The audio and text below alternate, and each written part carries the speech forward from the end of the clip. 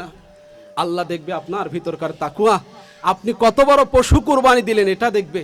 আল্লাহ যেন এই তাকুয়া অর্জন করে আমাদেরকে কুরবানি দেওয়ার তৌফিক দান করেন, জোরে বলেন আমিন। আল্লাহ যেন আমাদের কুরবানি কবুল করেন, জোরে বলেন আমিন। আল্লাহ যেন আমাদের নেক নিয়াতগুলোকে কবুল করে, জোরে বলেন আমিন।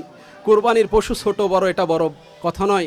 রাসূল সাল্লাল্লাহু আলাইহি সাল্লাম ছাগলও কুরবানি দিয়েছেন, ছাগলিও কুরবানি দিয়েছেন, কিন্তু আল্লাহ পাক রব্বুল আলামিন রাসূলের কুরবানি কবুল করেছেন, জোরে বলেন সুবহানাল্লাহ। আরেকটা কথা বলি, যেহেতু সামনে আমাদের ঈদের দিনের কিছু কাজ আছে, তার ভিতরে সব থেকে বড় ইবাদত বেশি বেশি তাকবীর পড়া। আমরা সকলে এই তাকবীরগুলো বেশি বেশি পড়ব। আল্লাহু আকবার, আল্লাহু আকবার, লা ইলাহা ইল্লাল্লাহু, আল্লাহু আকবার, আল্লাহু আকবার, ওয়ালিল্লাহিল হামদ। আবার সবাই বলি আল্লাহু আকবার, আল্লাহু আকবার, লা ইলাহা ইল্লাল্লাহু, আল্লাহু আকবার, আল্লাহু আকবার, ওয়ালিল্লাহিল হামদ। আল্লাহু আকবার, আল্লাহু আকবার, লা ইলাহা ইল্লাল্লাহু, আল্লাহু আকবার, আল্লাহু আকবার, ওয়ালিল্লাহিল হামদ। এই কথাগুলা আমরা আল্লাহকে বলবো, আল্লাহর প্রশংসা আদায় করব। মেয়ে যারা আছেন, যারা মহিলা আছেন, তারা আস্তে আস্তে বলবেন, আর পুরুষেরা একটু জোরে জোরে বলবেন। 5 ওয়াক্ত নামাজের পরে 9 জিলহজ থেকে 12 জিলহজ ফজর পর্যন্ত আমরা এই তাকবীরগুলা বেশি বেশি করে পড়ব। আল্লাহ যেন আমাদেরকে পড়া তৌফিক দান করেন। কাদেরকে দিয়া হক? হ্যাঁ, স্যার একটা প্রশ্ন করছে, আলহামদুলিল্লাহ এটা বলে নিই, যেহেতু বলেছিলাম যে প্রশ্ন করবেন ইনশাআল্লাহ। পশুর চামড়া সম্পর্কে, পশুর চামড়ার সব থেকে হক হচ্ছে এতিম যারা, মিসকিন যারা, ফকির যারা, তারা। কিন্তু আজকে আমরা এই পশুর চামড়া অনেকে বিক্রি করে, অনেকেই খেয়ে ফেলি, কথা বলেন ঠিক কিনা? আমরা কুরবানির পশুর 3টা ভাগ করি। কয়টা ভাগ করি? 3টা ভাগ করি। 3টা ভাগের ভিতরে 1 ভাগ নিজে খাই, 1 ভাগ আত্মীয় স্বজনকে দিই, আর আরেক ভাগ কি করি? ফকির মিসকিনকে দিই। অনেকজন কি করে, ফকির মিসকিনের ভাগটা রাখে, সে নিজে খায়, কথা বলেন ঠিক কিনা? এটা তো তাকওয়া না। আপনার সব থেকে বড় তাকওয়া এটা ফকির মিসকিন তাদেরকে দিয়ে দিবেন, 1 ভাগ আত্মীয় স্বজন তাদেরকে দিয়ে দিবেন, আর 1 ভাগ আপনার নিজের। আল্লাহ তো আপনাকে মাহরুম করেন নাই, এটা রেখে দিবেন। আর কুরবানির পশুর ওই চামড়া দ্বারা আপনি ওটা বিক্রি করে যা অর্থ হবে, এই অর্থগুলা গরিবদের মাঝে দিয়ে দিবেন, এতিমদের, মিসকিন, ফকিরদের মাঝে দান করে দিবেন। তাহলে আল্লাহ তাআলা খুশি হয়ে যাবেন। আল্লাহ পাক রব্বুল আলামিন যেন আমাদেরকে আমলটা করা তৌফিক দান করেন, জোরে বলেন আমিন। আরো জোরে বলেন আমিন। তাহলে যে কথাটা বলতেছিলাম, আরাফাত দিনে আমরা কি রাখবো? রোজা রাখবো। কি রাখবো? আমরা সকলে রোজা রাখবো। আমলটা ভালোভাবে শুনেন। আরাফাত দিনে আমরা কি রাখবো? সকলে আমরা রোজা রাখবো এবং রাত্রি জেগে আমরা ইবাদত করব। আরেকটা আমলের কথা বলি, রাসূল সাল্লাল্লাহু আলাইহি সাল্লাম বলেছেন 5 রাতের আমল আল্লাহর দরবারে কবুল। 5 রাতের আমল আল্লাহর দরবারে কবুল। তার ভিতরে একটা হচ্ছে চাঁদ রাত, একটা হচ্ছে চাঁদ রাত। চাঁদ রাত্রে তো আমরা আনন্দ করি নাকি? চাঁদ রাত্রে আমরা আনন্দ করি না? আমরা পটকা ফুটাই, আতশবাতি ফুটাই। আর রাসূল কি বলেছে? যারা চাঁদ রাতে আল্লাহকে ডাকবে, যারা ইবাদত করবে, যারা সিজদায় মাথা নত করবে, আল্লাহ তাদের জীবনের গুনাহ মাফ করে দিবে। বলেন সুবহানাল্লাহ। কিছু কিছু সময় আছে যে সময়গুলা দোয়া করলে আল্লাহর দরবারে কবুল হয়ে যায়। কোনো ব্যক্তি যখন সেজদা অবস্থায় আল্লাহর দরবারে দোয়া করে, আল্লাহ পাক রব্বুল আলামিন তার দোয়া কবুল করে নেন। আজানের পরে দোয়া করলে, ইকামতের আগে দোয়া করলে আল্লাহর দরবারে দোয়া কবুল হয়ে যায়। আপনি যখন গভীর রাতে তাহাজ্জুদের ওয়াক্তে যখন আল্লাহর কাছে দোয়া করবেন, আল্লাহ পাক রব্বুল আলামিন এই দোয়াটাও কবুল করবে। আজকে তাহাজ্জুদ নামাজ পড়ে এই লোক তো প্রত্যেকটা ঘরে ঘরে আছে নাকি? ঘরে ঘরে আছে না? মুসলমানের সন্তান, আজকে বড় লজ্জা লাগে কিছু কথা বলতে। 12টা মাসের ভিতরে 11টা মাস কোরআন ধরে না। একটা মাস কোরআন পরে রমজানের প্রথম দিন যখন আসে, তখন কোরআনের ধুলা পরিষ্কার করে কোরআনের গ্লাভ খুলে কোরআনটা পড়তে শুরু করে। 27শে রমজান যখন আসে, লাইলাতুল কদরের রাত্রে কোরআনটা খতম করে আবার কোরআনটা টাকের উপর তুলে রাখে। কথা বলেন ঠিক কিনা? পৃথিবীর শ্রেষ্ঠ কিতাব জালিকাল কিতাব লা রাইবা ফি হুদাল লিল মুত্তাকিন, যার ব্যাপারে আল্লাহ বলছে বাল হুয়া কুরআনুম মাজিদ ফি লাহিম মাহফুজ। আল্লাহ বলছে এই কিতাবের ভিতর কোনো ভুল নাই, কোনো সন্দেহ নাই, এটা আল্লাহ লাহে মাহফুজের ভিতরে সংরক্ষিত রেখেছেন। This is the book, there is no doubt. Allah যে এই কিতাবের ভিতরে কোনো সন্দেহ রাখে নাই। আর আজকে সবথেকে আমরা ওই কিতাবকে বেশি অবহেলা করি। কথা বলেন ঠিক কি? সবথেকে বড় অবহেলা করি। প্রত্যেকটা বাড়ির মুসলিম যারা, প্রত্যেকটা বাড়িতে কোরআন আছে। আপনি বুকে হাত দিয়ে বলেন তো, প্রতিদিন আপনি কি কোরআন তেলাওয়াত করেন? কিন্তু কোরআনের একটা হক হচ্ছে তেলাওয়াতুল কোরআন। প্রতিদিন কোরআন তেলাওয়াত করতে হবে, জোরে বলেন সুবহানাল্লাহ।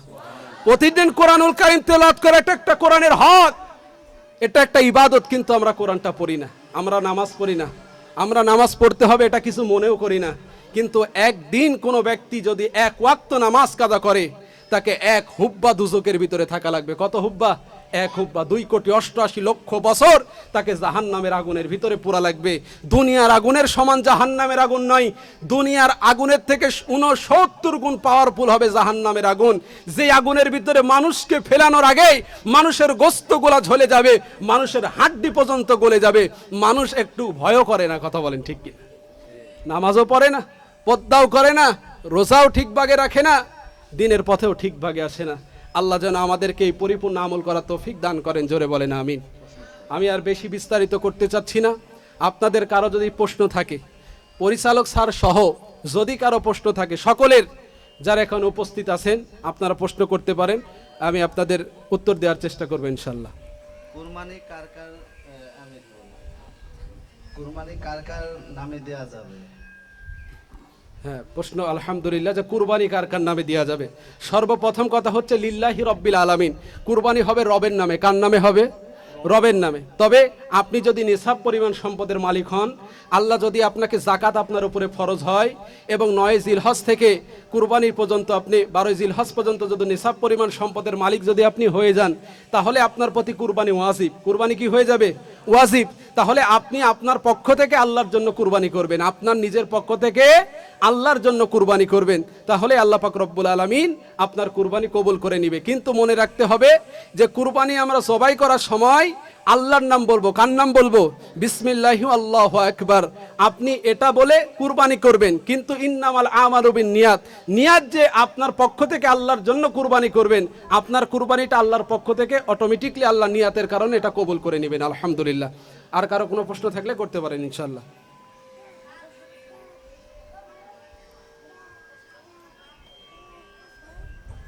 সাতজনের নাম বলে কুরবানি করে, আলহামদুলিল্লাহ।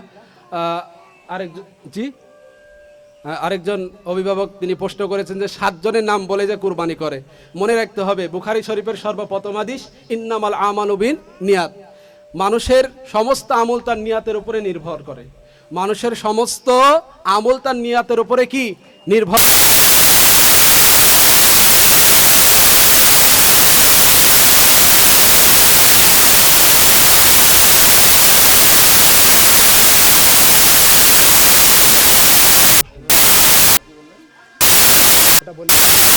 দিবেন এই 7 জন ভাগী ওই কুরবানির পশুর কাছে উপস্থিত থাকবেন, এবং একবার যদি বলে যে হুজুর আমরা এই কজন মিলে এটা কুরবানি দিলাম আল্লাহর জন্য, যে আপনি এই কথাটা বললেন এটাই আল্লাহর দরবারে কুরবানি, এক্সট্রা ভাগে যে অমুকের পিতা অমুক, অমুকের পিতা অমুক, অমুকের পিতা অমুক, এই ভাগে বলার প্রয়োজন নাই। অন্তরে একবারে চোখ দিয়ে ওটা দেখে নিলে আল্লাহ পক্ষ থেকে কুরবানি হয়ে যাবে ইনশাআল্লাহ। আর কারো কোনো প্রশ্ন? কুরবানির পশুর ভাগের গোস্ত হবে 3টা ভাগে ভাগ করি, নিজে 1 ভাগ, আত্মীয় স্বজন এর জন্য 1 ভাগ, আর একটা করতে হবে। কি করতে হবে?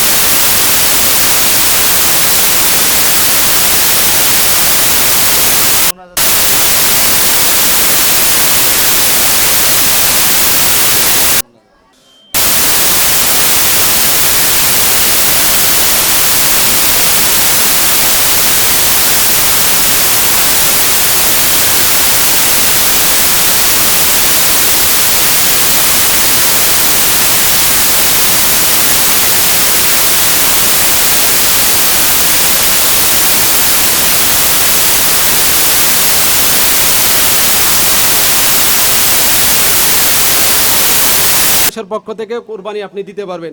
আরেকটা মাসালা বলি, যেহেতু বাংলাদেশে চুরি কম হয় না বেশি হয়? বেশি হয়। বাংলাদেশে যদি আপনি 1 টাকাও ফেলাই রাখেন এটা থাকবে না, কথা বলেন ঠিক কিনা? কিন্তু সৌদি আরবের ভিতরে যান, দামি দামি ফোন পরে থাকবে, তোলার লোক নাই। তো অনেক সময় কুরবানির পশু কেনার পরে পশু হারিয়ে যায়। একটা মাসলা বলি, মনে রাখবেন, কুরবানির দিনে আকিকা দেওয়া যাবে কিনা বলছি, আমি আগে মাসলাটা বলি। মনে রাখবেন যে আকিকার বিষয়টা কি, সপ্তম দিনে, 24 দিনে, আর কত দিনে, 40 দিনে, আমরা 28 দিনের কথাও একটা আছে। এই 4-5টা দিনের ভিতরে আকিকা দেওয়া উত্তম।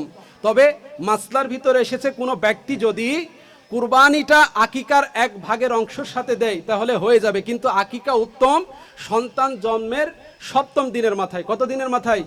7ম দিনের মাথায় তার মাথার চুলগুলা মন্ডন করে, এই চুলগুলা ওজন করে স্বর্ণ বা রূপার যে দাম লাগে এটা আল্লাহর রাস্তায় সদকা করা, যাতে সন্তানের উপরে যে বালা মুসিবতগুলা থাকে এগুলা যেন কেটে যায়, আর তার একটা সুন্দর নাম রেখে ওই দিনে আকিকা দিয়া। আমি যে মাসলাটা বলতেছিলাম যে কোনো পশু কয় কেনার পরে যদি হারিয়ে যায়, তাহলে ওই পশুটা যদি আবার একদিন আগে, কুরবানির একদিন আগে ফেরত পাওয়া যায়, এই ক্ষেত্রে মাসলা কি হবে? মনে রাখবেন, যদি আপনার পশু কেনার পরে হারিয়ে যায় তাহলে আপনি যদি গরিব হন এটা আপনার জন্য ওয়াজিব হয়ে গেল, আবার আরেকটা পশু কিনে আপনাকে কুরবানি দিতে হবে। কিন্তু একদিন আগে যদি ওই পশুটা আপনি আবার ফেরত পান তাহলে এই 2টা পশুই আল্লাহর রাস্তায় কুরবানি করতে হবে। কি করতে হবে? 2টা পশুই আল্লাহর রাস্তায় কুরবানি করতে হবে। সেদিন একজন ভাই প্রশ্ন করলেন যে হুজুর, রাতের বেলা কি কুরবানি দেওয়া যাবে? হ্যাঁ, রাতে কুরবানি দেওয়া জায়েজ আছে, তবে মনে রাখতে হবে 10ই জিলহজ, 11ই জিলহজ আপনি দিতে পারবেন, কিন্তু 12ই জিলহজ রাতে দিতে পারবেন না, কারণ 12ই জিলহজ রাতে যদি দেন তাহলে ওটা 13ই জিলহজ রাতে গণ্য হবে। দিনে দিতে পারবেন কিন্তু রাত্রে দেওয়া যাবে না।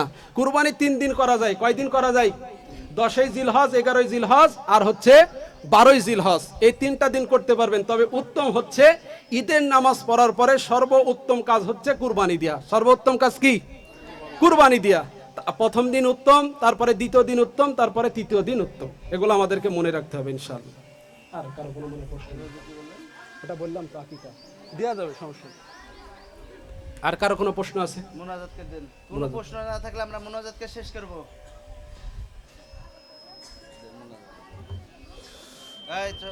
আমরা সকলে দরুদ ইব্রাহিম পড়ে, আল্লাহুম্মা সাল্লি আলা মুহাম্মাদ ওয়া আলা আলি মুহাম্মাদ কামা সাল্লাইতা আলা ইব্রাহিম ওয়া আলি ইব্রাহিম।